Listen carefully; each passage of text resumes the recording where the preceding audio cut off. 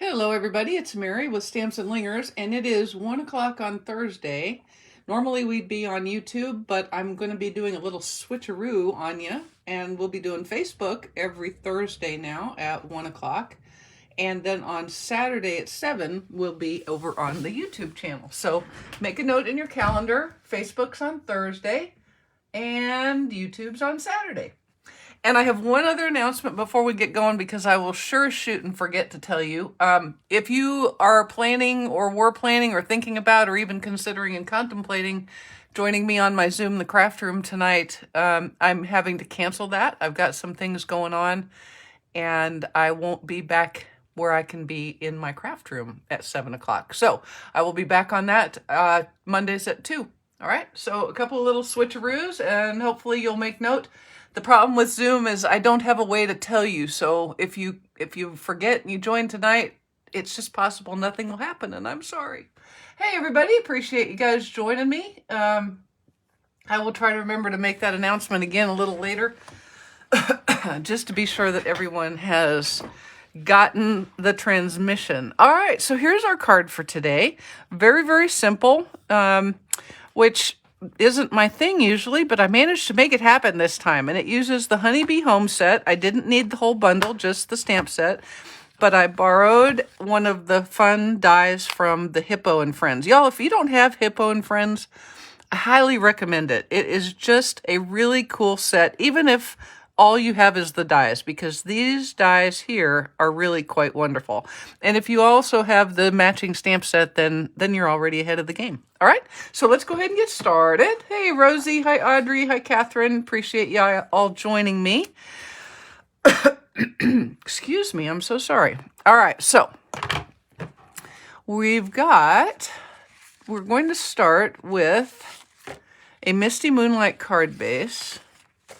And I took a piece of Misty Moonlight cardstock that is the same size as the card itself, so 4 1/4 by 5 1/2, and I embossed it in the Honeybee or the Hive embossing folder, 3D embossing folder, and I'm going to adhere that to the front of the card. Now, when you're doing a full up, this is a lot of embossing on here. Hey, Marva. Hi, Judy. When you're doing a lot of embossing, you'll see, normally I just put a little bit of liquid glue around the edges of my panels because that is typically all you need. But when you've done a lot of embossing with a lot of nooks and crannies, like a Lego or a, Lego My Ego, like that, when you have a lot of nooks and crannies, you're going to want to put a little bit more liquid glue. All right. And what I'm doing here is I am matching up the side and best I can the bottom, and hopefully I'll get it all on without having to do any trimming. Yep, that's good. So when you do a full card front panel like this, take a look, turn it upside down, and take a look and be sure you don't have any edges sticking out, okay? Doesn't really matter. It wouldn't be real noticeable with this since it's tone on tone, but if you were using DSP, it would be quite obvious. So you're going to want to check that before you go any further down the road of your card. Hey, Jaretta, appreciate you joining. Alrighty, so I've done a little card cutting, aren't you glad? And when you see the card, you're going to be real happy that I also did a little ahead of time coloring. So I've got some of the Heart and Home DSP. Tell me this isn't one of your favorite DSPs ever. I love it. And this particular print is my favorite of all time. I just love it. It is gorgeous. And I am matting it on a small piece of Early Espresso. And then I'm going to use liquid glue again and adhere it to the card front. And again, you're going onto a heavily embossed surface, so I would put a little more liquid glue than I might normally. Hi, Faith. Hi, Carol. Hi, Joan. Appreciate you guys coming. And then, of course, the trick is use your highly calibrated eyeballs to get it, somewhere in the vicinity of straight. Don't be fooled if the embossing isn't exactly straight. It can create kind of an illusion for you, okay? All right, now I've got another piece of the DSP that I've cut into a strip Turns out it's the back of this one, in case you're wondering. Some of these wood grain ones are kind of hard to figure out. Does it really matter if you're casing this card? Does it really, really matter if you use the same exact wood DSP? Probably not. And I'll mat it on early espresso as well. Maybe. Fingers just went sideways and said, yeah, no, we're not going to cooperate at all today for you, Mare. No, we're not. But that's okay, because my bestest tool ever is my gum eraser, which I will use to good effect, because I just managed to put glue like everywhere. Y'all, if you don't have a gum eraser, just get one. They look like this. Get them on Amazon. Heck, do what I did. Get 2 or 3 when you buy them. And here's a little tip for you. When the edges get kind of gummy, you can cut them and create new corners and new edges. And you've just got smaller ones that require you to hold them a little harder with your fat fingers. And I was not implying that any of you have fat fingers. I was indicating that I have fat fingers. And the smaller it gets, eventually it'll get small enough that I'll be like, yeah, no, I'm done. We're done. Okay, so let's put that down. And then we're going to adhere this as well to the card front. You can see how fast it's coming together. This is not a difficult card at all. The DSP and the sweet little flower images and a bee trinket does all the work for you. So we're just going straight across there, kind of centered up. Take a look at it and let it go. Okay, so I'm going to let that set for a second. Now, I cut a piece of basic white with the largest Hippo die in this shape, Hippo and Friends die in this shape right here. It's really kind of a fun set because it gives you, of course I don't have the, oh yeah, sure I do. Wait a minute. What's fun about it, and I haven't used it to its highest advantage yet, but you can see where I've cut it out. You get a double row of stitching. So you get stitching on the leftover piece and you get stitching on the die cut, which means this would be a nice way to do a frame. You could put this on something and pop it up with a sentiment over the center. So it's kind of a handy thing. I like the double stitching. Now what I'm going to do is take this very simple flower image and stamp it on here twice. Yep, Dollar Tree works as well. Hey, Susan, appreciate you joining. I'm glad you found us. So just as a reiteration, you know what they say about teaching? You tell something at the beginning, you tell something at the end, and you tell something in the middle. So just a reminder from Facebook at 1 o'clock in the afternoon, and then on Saturday at 7 p.m. will be on the YouTube. Okay? So just make note. Still going to be around. Apparently, if you put your phone on Do Not Disturb, your watch doesn't pay attention. Sorry about that. At least it didn't cut us off. All right. And now I'm going to stamp this. Got totally distracted. I'm stamping an early espresso. Bunny. Bunny. All righty. Here we go. I'm just going to stamp it twice. There we go. And then I'm going to color it. Hey, Barbara. I know, Catherine. This is a wonderful, wonderful set. I'm going to give this a little blowing in the breeze. Little blowing in the breeze. And then I'm going to color it with the brush end of my Balmy Blue Stampin' Right marker. What the part right now is you better be thinking, oh my goodness, how many more times is she going to use this image on this card, and how many more times do we have to watch her color this flower? Well, there's 2 more times, which means 4 more flowers. The good news is I have already stamped and colored them. Phew! I heard it. I could hear it over the interwebs with my phone and my computer on mute. I could hear you all breathe a sigh of relief right there. It's true. I heard it. It sounded like a breeze in the mountains when y'all went, oh, thank goodness, because it'll take her forever to color all those little petals like that. You could use any color here, but I thought Balmy Blue was fun. Also, I'm playing with the Sunday Stamps Challenge, so this one made sense. And there was no pink in the colors, or green. So here we go. That's why the colors are like this. That's why challenges are fun, because they make you think outside the box a little bit. Because I probably wouldn't have done a card with a flower on it without, you know, some pink or some yellow somewhere. Certainly not without some green.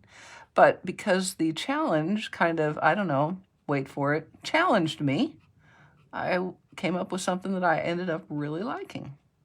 So look for those out there. There's a whole bunch. If you're confused about where they are and you're interested, I play with challenge blogs a lot, and I always link back to them. So you can, when a post comes up and I've got a challenge blog, link up to it. I mean, like, by which I mean click on the challenge blog badge, and then usually you can go and follow them with an email. So every time they post a new challenge, you will get that in your inbox, and then you will have that inspiration as well. I cannot tell you how frequently a challenge jumpstarts the mojo that is often missing for me, okay? And that is frequently the case. Okay, so this is just going to go on here, and it's going to go with liquid glue. Not to worry. I know you're a little worried right now, but you don't need to worry, because I am actually going to use some dimensionals on this card. Don't fret. And we're going to just set that right in the center. So centering it up and down on this strip and centering side to side on the card. There we go. All right. So now let's make a sentiment. A sentimente. And what I have is a basic white strip. It's 5/8 of an inch long. I mean, I'm so sorry, wide. Much longer than 5/8 of an inch. Y'all are going, no, Mary, there is no way on this planet that is 5/8 of an inch long. Okay. Hello, Judy. Appreciate you joining. All right. Now, here's my tip again. I want to reiterate this. I want you to, when you're using a non-see-through, so the cling stamps, okay, and trying to center it on a strip, it's really, really important that you do a pre-stamp, sorry, a little bit of a flashback there, to be sure that you're straight, okay? Because this is high level right here, making sure you get the sentiment straight on a pre-cut strip. Okay, I'm going to be quiet now so that I can hold my mouth just right. Get that centered up. Kind of eyeballing left to right, up to down. Hold it for a beat. Hold it for a beat. Down. Boom! Chakalaka. Prior planning sometimes pays off. Okay, so now what I'm going to do is I'm going to cut the ends off. Why don't I just do that? Why do I tell you what I'm going to do and then do it? That's just silly. But I'm going to get those off. I don't know what that is. Got some sticky on there. Time to clean these skizzers. Okay, I'm just going to cut these ends off like so. Actually, a little bit more there. And then make myself my little banner ends. Remember, snip up the middle, and then snip from the corner to the snip up the middle. Okay, like that. And then we'll do the same on the other side, just kind of eyeballing it. Is it going to be perfect? I doubt it rather seriously. If I ever make a card that is perfect, then I've probably become Hallmark, and I am making it in a computer and on a production line, which is no good. Okay, so now I'm going to take the tip end, the bullet end of my Balmy Blue Stampin' Right marker, and I'm going to make some faux stitches. This is in lieu of matting or anything like that. So, you know, stitches are pretty easy to do. They're dashes all in a line. When you get to the corner, I turn the paper so that I'm not trying to go sideways or upside down or wonky. Obviously, I'm turning the paper based on being right-handed. If you are left-handed, I would, you know, do what works for you. And I have to be telling you honest, I couldn't even tell what that would be. I couldn't even tell you what that is. So you've probably been left-handed most of your life, if not all. And so do what you need to do so that you can make your little dashes, and then you can call them faux stitches. See, when you take faux stitches, bunch of dashes, put them line after line, one after the other, then they become faux stitches. That didn't come out the way I wanted it to. Okay, but you can see it just adds a little bit of interest. All right, so this is going to be next. Before we get that on, I'm going to make me a bow. And I know that there it is. All right, I've got some of the gray granite twine from the Baker's Twine Essentials pack. And I'm going to double it up like this.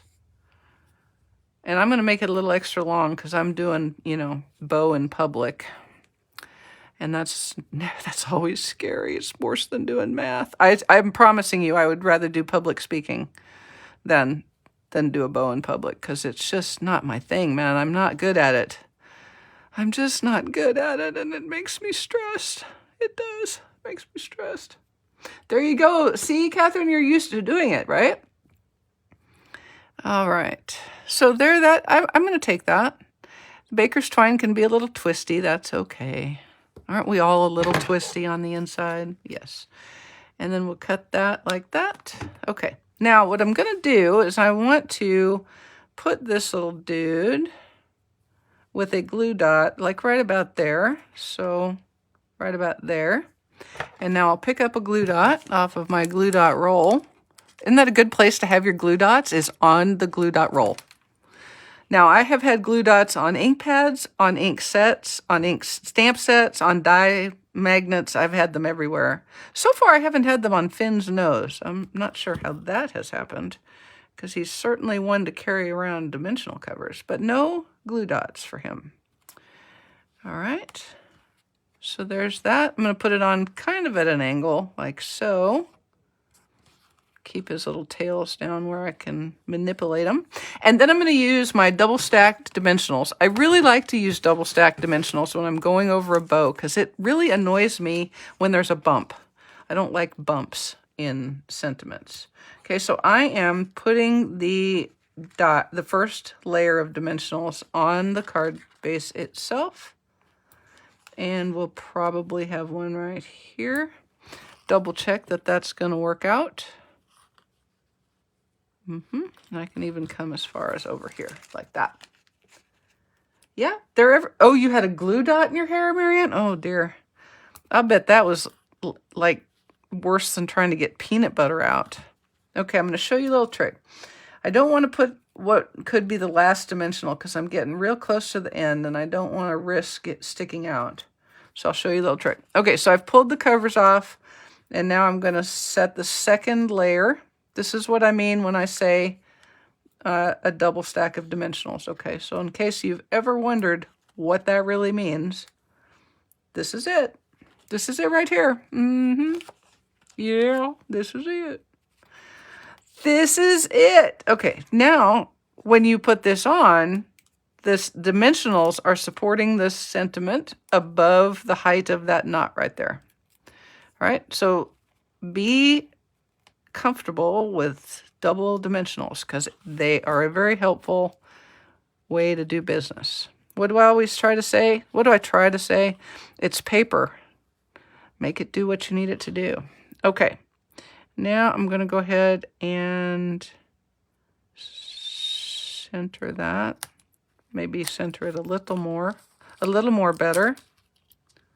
A little more better, like that, and straight.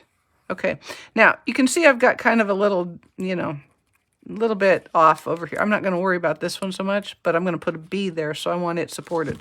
So what I'm going to do is I'm going to make another little stack of dimensionals, like so. Oh, I bet that was hard to get out. Did you have to cut your hair? Did you have to cut it out, Marianne? I'm just double stacking the dimensionals on my finger. Okay, and here's where it's not like this is the only thing I use my tweezers for, but it is certainly a handy thing. You can just slide that booger right up under there, just like that, and it doesn't even show. Okay, now I'm going to finish the card front off with one Uno Bio. Uno Bio. That is no language at all. It means nothing in any language at all. Well, Uno means, but Bio is not a thing. I'm just going to put a glue dot right there and then stick my little B right to there. And that's part of why I put that dimensional out there, was so that I could push down on that a little bit. And there's your card front. Done. All right, so on the inside, see what I mean? You'll be glad to see I already colored it. All I did was stamp that flower twice again in early espresso and color it with my balmy blue Stampin' Right marker.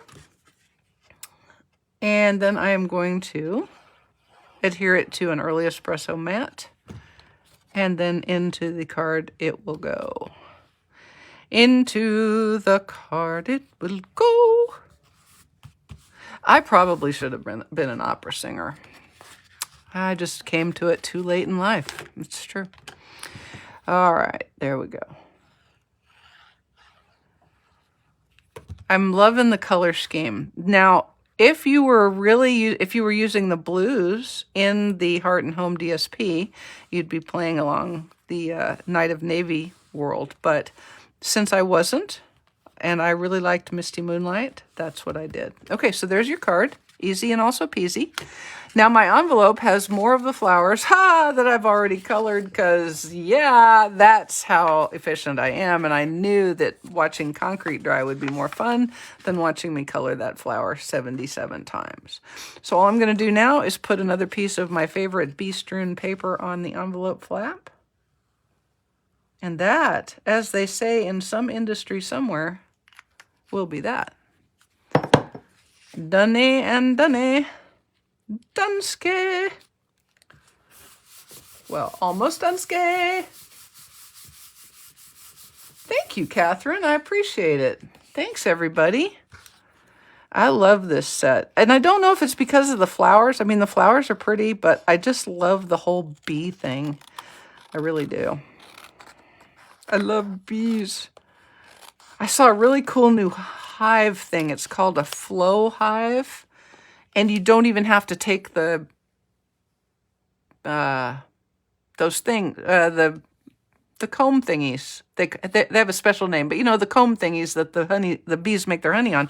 You don't even have to take that out. You just open a spigot at the bottom. It flows right out the bottom. So it's got some cool way that you can just go get honey just like that, which I thought was kind of cool.